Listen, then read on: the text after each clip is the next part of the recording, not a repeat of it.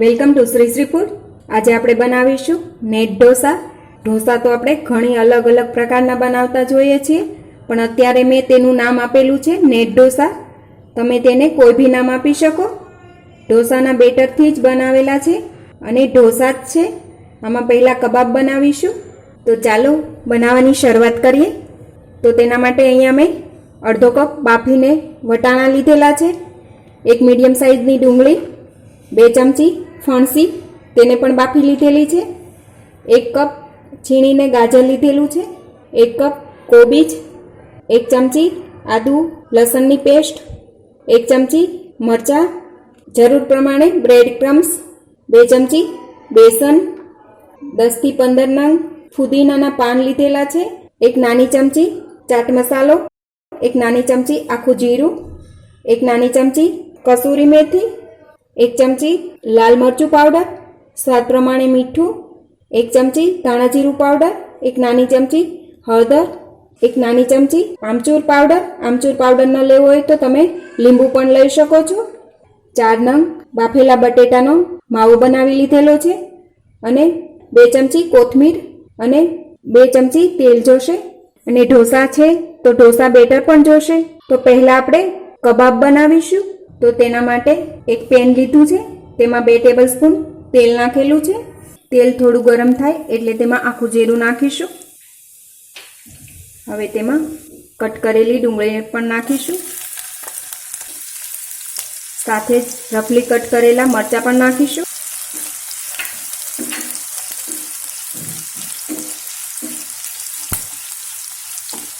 હવે તેને થોડી વાર માટે શેકી લઈશું। વધારે કૂક નહીં કરીએ, ડુંગળીનો થોડો કલર બદલે ત્યાં સુધી જ શેકીશું। હવે ડુંગળીનો થોડો કલર બદલાઈ ગયો છે। હવે તેમાં આદુ લસણની પેસ્ટ પણ નાખીશું। ફરી તેને 30 સેકન્ડ માટે શેકી લઈએ। હવે તેમાં 2 ટેબલસ્પૂન બેસન નાખીશું। બેસનને આપણે 2 થી 3 મિનિટ માટે શેકી લેવાનો છે। બેસનથી કબાબમાં બાઇન્ડિંગ મળશે। બહુ જ ઇમ્પોર્ટન્ટ ઇન્ગ્રીડિયન્ટ્સ છે બેસન। હવે બેસન શેકાઈ ગયો છે। હવે તેમાં આપણે કોબી નાખીશું,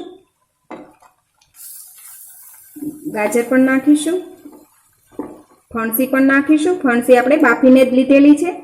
વટાણા પણ નાખીશું, બંને આપણે બાફીને લીધેલા છે। હવે સારી રીતે મિક્સ કરી લઈએ।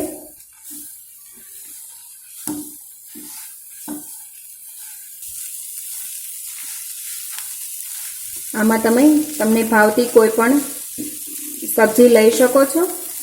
પાલક પણ નાખી શકાય છે।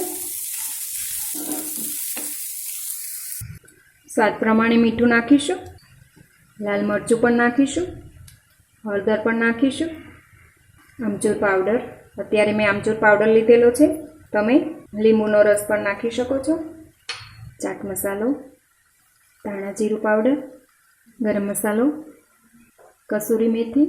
હવે બધું જ મિક્સ કરી અને આ વેજીટેબલને આપણે થોડી વાર માટે ચડવા દઈશું। આ વેજીટેબલને આપણે એકદમ સ્લો ગેસ પર 2 મિનિટ માટે ચડવા દઈશું, જેથી મસાલા અને વેજીટેબલ બધું જ બરાબર મિક્સ થઈ જાય અને વચ્ચે વચ્ચે હલાવતા પણ રહીશું। હવે આ વેજીટેબલ એકદમ સરસ રીતે કૂક થઈ ગયા છે। ગેસ બંધ કરી નીચે ઉતારી લઈએ।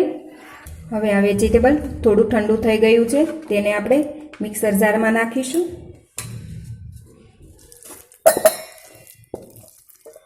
હવે તેમાં કોથમીર અને પુદીનાના પાન પણ નાખીશું। હવે આ વેજીટેબલની પેસ્ટ બનાવી લઈએ। હવે આ વેજીટેબલ ક્રશ થઈને તૈયાર છે। હવે આપણે બાફીને મેશ કરેલા બટેટા લીધેલા છે, તેની અંદર પીસેલું વેજીટેબલ નાખીશું। હવે તેની સાથે જ નાખીશું આપણે બ્રેડ ક્રમ્સ। બ્રેડ ક્રમ્સ નાખવાથી બાઇન્ડિંગ સારું મળશે। જે પ્રમાણે જરૂર પડે એ રીતે નાખીશું। હવે બધું બરાબર મિક્સ કરી લઈએ। આપણે જ્યારે વેજીટેબલ કૂક કર્યા ત્યારે મીઠું નાખેલું છે, ટેસ્ટ કરી જરૂર લાગે તો મીઠું નાખી શકાય છે। આ રીતે એકદમ સારી રીતે મિક્સ કરી લઈશું. હજુ પણ બ્રેડ ક્રમ્સ થોડો નાખીશું. આપણે કબાબ બનાવવા છે એ રીતનું મિશ્રણ થાય એટલો બ્રેડ ક્રમ્સ નાખીશું. કબાબ વાળી શકાય એ રીતનું મિશ્રણ તૈયાર કરી લઈશું. હવે આપણું કબાબનું મિશ્રણ એકદમ તૈયાર છે. હવે તેમાંથી કબાબ બનાવીશું.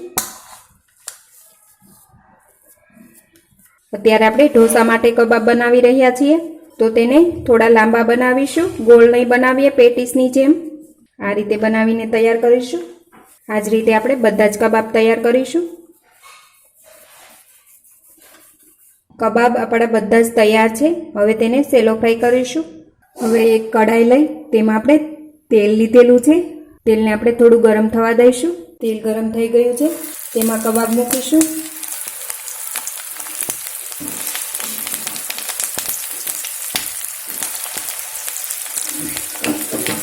આ રીતે ફેરવતા બધા જ કબાબ સેલો ફ્રાય કરીને તૈયાર કરીશું.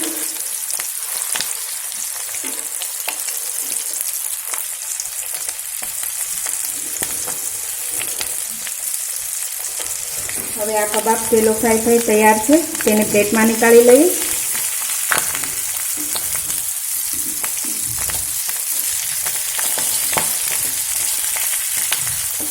હવે તે જ પેનમાં થોડું તેલ રહેવા દઈ તેમાં વેજીટેબલ લઈશું.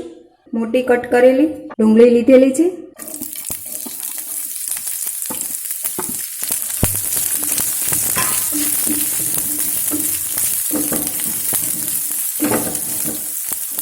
આ રીતે ડુંગળીની ચીર કરેલી છે એ રીતે જ આપણે લેવાની છે.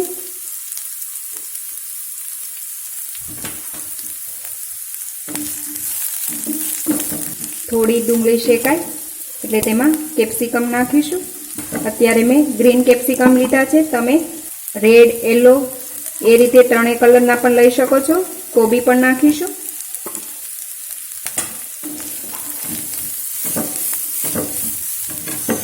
આ વેજીટેબલને આપણે ફક્ત 1 મિનિટ માટે ચડવા દઈશું. ચપટી મીઠું નાખીશું.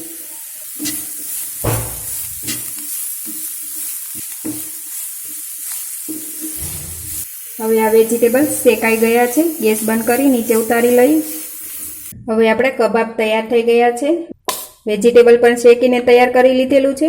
હવે આપણે આ ઢોસાનું બેટર લીધેલું છે. ઢોસાની બેટરની રેસીપી મારી ચેનલ પર આપેલી જ છે. ત્યારે આપણે આ રીતનું થીક બેટર બનાવેલું છે. તો બેટર તો આપણું તૈયાર જ છે. અત્યારે મેં સોસની બોટલ લીધેલી છે. તેની અંદર બેટર ભરીશું. આપણે આ ઢોસાનું નામ નેટ ઢોસા આપેલું છે. તો નેટ બનાવવા માટે આપણે આ બોટલનો ઉપયોગ કરેલો છે. ઢોસાનું પેન પણ ગરમ થવા માટે મૂકી દીધેલું છે. તો આપણું ઢોસા બેટર ભરાઈને તૈયાર છે. હવે તવાને આપણે ગરમ થવા માટે મૂકી દીધેલો છે. તેમાં 2 થી 3 ડોટ્સ તેલ નાખીશું અને તેને કોટનના કપડાથી સાફ કરી લઈએ. હવે તવા ઉપર થોડું પાણી છટકોરીશું. તેને પણ સાફ કરી લઈએ. હવે આ તવા પર ઢોસા નેટ બનાવીશું. આમાં ધ્યાન રાખવાનું છે, આ ખીરું થોડું આપણે જાડું જ રાખીશું. એકદમ પતલું નથી કરવાનું.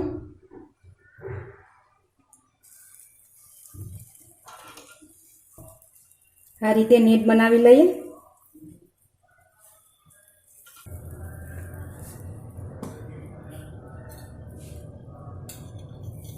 તેની ઉપર થોડું તેલ નાખીશું.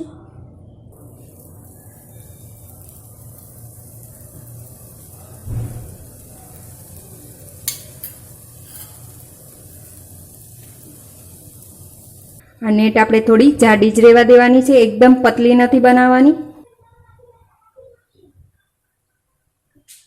આ રીતે નેટ થોડી શેકાય એટલે તેમાં આપણે કબાબ મૂકીશું.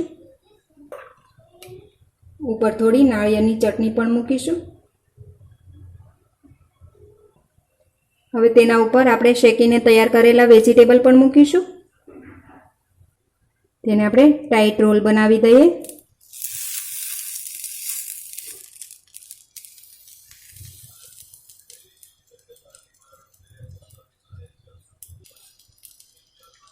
આ છેલ્લા ભાગને આપણે આ રીતે થોડો દબાવીને શેકીશું, જેથી આપણે પીરસતી વખતે ખુલે નહીં.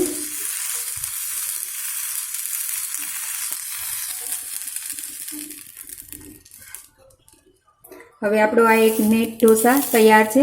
એ જ રીતે આપણે બીજા પણ બનાવીશું. પ્લેટમાં લઈ લઈએ. ફરી તવીને આપણે થોડું પાણી નાખી સાફ કરી લઈશું. નેટ બનાવી લઈએ. તેલ નાખીએ થોડું. હવે આપણી આ નેટ પણ શેકાઈને તૈયાર થઈ ગઈ છે. હવે પહેલાંમાં આપણે વેજીટેબલ મૂકીશું. તમને જે રીતે પસંદ હોય એ રીતે તમે વેજીટેબલ મૂકી શકો. પહેલાંમાં આપણે કબાબ મૂકેલા હતા, આમાં પહેલાં વેજીટેબલ મૂકીશું. હવે કબાબ મૂકીશું. થોડી ચટણી પણ મૂકીશું. આ ચટણી બનાવવામાં મેં કોથમીર પણ નાખેલી છે, જેથી તે ગ્રીન કોકોનટ ચટણી બનીને તૈયાર થઈ જાય છે. વેજીટેબલ વધારે પસંદ હોય તો ઉપરથી પણ થોડું મૂકી શકાય છે. આ રીતે તમે પણ બનાવી શકો. હવે તેનો રોલ વાળી લઈએ. રોલ આપણે એકદમ ટાઈટ બનાવવાનો છે. લાસ્ટમાં આપણે અહીંયા વાળીએ ત્યારે થોડું તેને પ્રેસ કરવું. તૈયાર છે નેટ. આ ઢોસાને પણ આપણે નીચે ઉતારી લઈએ. આ જ રીતે આપણે બધા જ તૈયાર કરીશું. હવે આપણા નેટ ઢોસા બનીને તૈયાર છે. તો તમે પણ આ એક અલગ જ રીતથી નેટ ઢોસા જરૂરથી બનાવજો. તો તમે પણ તમારા મહેમાનો માટે, ફ્રેન્ડ્સ માટે જરૂરથી બનાવજો અને તમારા એક્સપિરિયન્સ શેર કરજો. તો ફરી મળીશું એક નવી રેસીપી સાથે.